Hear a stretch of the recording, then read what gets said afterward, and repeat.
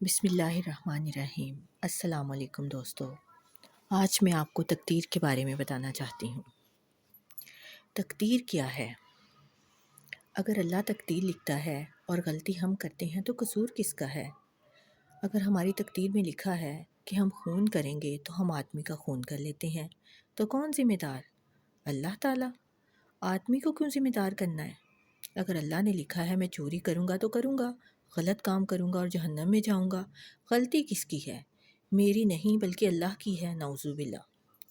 یہ سوال ہم مسلمان بھی سوچتے ہیں، بہت سارے مسلمان ایسا سوچتے ہیں، اور تقدیر پر ایمان رکھنا ہر مسلمان کا فرض ہے۔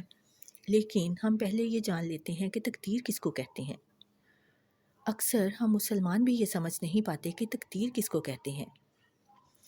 کہتے ہیں کہ وہ تقدیر میں لکھا تھا تو میں نے یہ کر دیا۔ کچھ بھی ہو تقدیر میں لکھا ہوا ہے، محنت نہیں کرنی اور تقدیر میں لکھا ہوا ہے کہ میں غریب رہوں گا۔ تقدیر کی کیا معنی ہے؟ اللہ تعالیٰ فرماتے ہیں سورہ اسراء میں کہ جب بھی انسان پیدا ہوتا ہے تو اس کی گردن کے گول میں اس کی پوری زندگی، اس کا مستقبل لکھ دیتا ہوں۔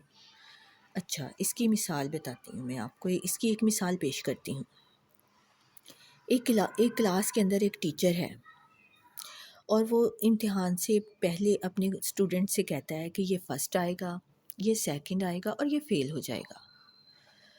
اب میں آپ سے ایک سوال کرتی ہوں کہ جو طالب علم فیل ہو گیا وہ کہہ سکتا ہے کہ چونکہ استاد نے کہا تھا اس لیے میں فیل ہو گیا؟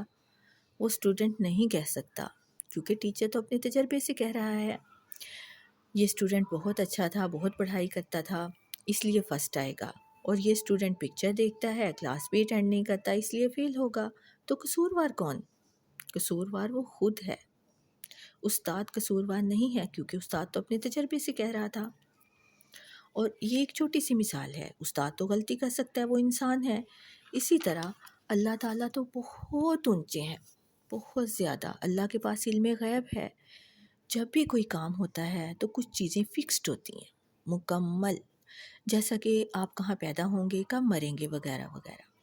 اس کے علاوہ جب بھی کوئی کام ہوتا ہے اللہ تعالیٰ نے آپ کو موقع دیا ہے، آپ جو چاہیں چن سکتے ہیں، اللہ نے ہدایت دی قرآن و حدیث سے، لیکن اس پر عمل کرنا یا نہ کرنا آپ کے اختیار میں ہے۔ مثال کے طور پر آپ ایک راستے پر چل رہے ہیں، آگے ایک چوراہا ہے، رستہ نمبر 1، 2، 3 اور 4۔ آپ اپنی مرضی سے رستہ نمبر 3 چنیں گے، لیکن اللہ کو پہلے سے ہی علم غیب ہے کہ آپ رستہ نمبر 3 چنیں گے، کیونکہ اللہ نے لکھا اس لیے آپ نہیں چن رہے، آپ چننے والے تھے اس لیے اللہ نے اسے لکھا۔ علم غیب اللہ کے پاس ہے، اللہ کو پہلے سے پتا تھا کہ آپ رستہ نمبر 3 چنیں گے، اسی لیے اللہ تعالیٰ نے تقدیر میں لکھ دیا کہ آپ رستہ نمبر 3 چنیں گے۔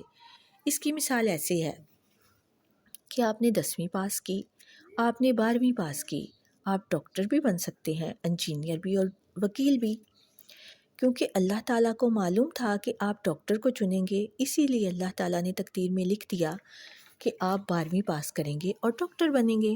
کیونکہ اللہ تعالیٰ نے لکھا اس لیے آپ ڈاکٹر نہیں بنے، کیونکہ آپ نے چنا اسی لیے اللہ نے پہلے سے لکھ دیا۔ کچھ لوگ کہتے ہیں کل امتحان ہے، اچھا پڑھ کے کیا کرنا ہے، تقدیر میں تو لکھا ہوا ہے پاس تو پاس، فیل تو فیل، اور وہ نہیں پڑھتے اور فیل ہو جاتے ہیں۔ تقدیر میں لکھا ہوتا ہے کہ اگر یہ آدمی پڑھتا تو پاس ہو جاتا، لیکن اس کی سوچ ہی ٹیڑھی ہے۔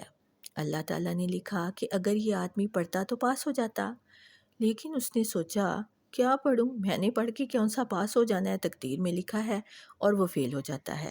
تو قصوروار کون؟ وہ خود یا اللہ تعالیٰ؟ تقدیر میں بھی لکھا تھا اگر پڑھتا تو پاس ہو جاتا، پھر بولے گا دیکھو تقدیر کو تو میں ٹال نہیں سکتا، جیسا کہ علامہ اقبال نے خوب کہا ہے، خودی کو کر بلند اتنا کہ ہر تقدیر سے پہلے خدا بندے سے خود پوچھے بتا تیری رضا کیا ہے۔ اور حدیث شریف میں بھی آتا ہے کہ دعا تقدیر کو بدل سکتی ہے۔ مثال کے طور پر اگر آپ جاتے ہیں کمرہ امتحان میں اور آپ کا پیپر اچھا نہیں جاتا اور آپ جانتے ہیں کہ آپ فیل ہوں گے، اور آپ دعا کرتے ہیں اللہ تعالیٰ سے کہ اللہ تعالیٰ میں نے پیپر اچھا نہیں کیا تو مجھے پاس کر دے، اللہ تعالیٰ دعا کو قبول کرتے ہیں اور آپ پاس ہو جاتے ہیں۔ تو تقدیر میں یہی لکھا تھا کہ آپ دعا کریں گے۔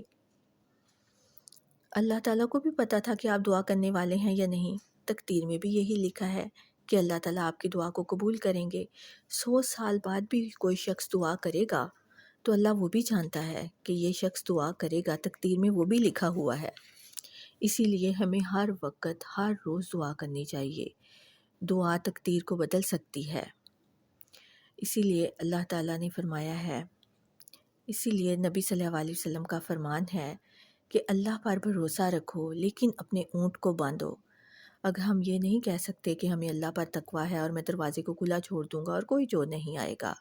اللہ پر مکمل بھروسہ رکھو لیکن اپنے اونٹ کو باندھو۔ ڈاکٹر ذاکر نائک کا شکریہ، ان کے لیکچر سے ہی میں نے یہ سب سیکھا جو آپ کے ساتھ شیئر کیا۔